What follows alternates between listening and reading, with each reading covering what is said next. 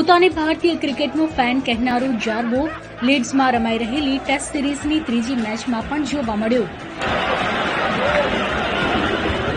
તે મેચના ત્રીજા દિવસે મેદાનની અંદર ઘૂસી ગયો હતો.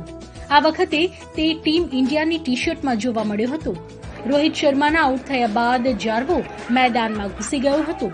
તે પેડ, હેલ્મેટ અને ગ્લવ્સ પહેરીને મેદાનની અંદર આવ્યો. સિક્યોરિટી ગાર્ડ્સ તેને પકડીને મેદાનની બહાર લઈ ગયા હતા.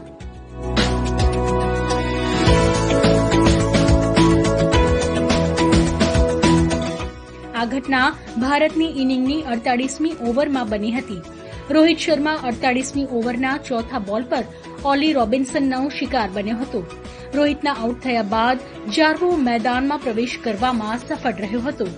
તે મેદાનમાં જ કહેવા લાગ્યો કે તે ટીમ ઇન્ડિયા માટે રમે છે. જાર્વોએ ટ્વિટર પર પોતાની ઓળખ જાહેર કરી.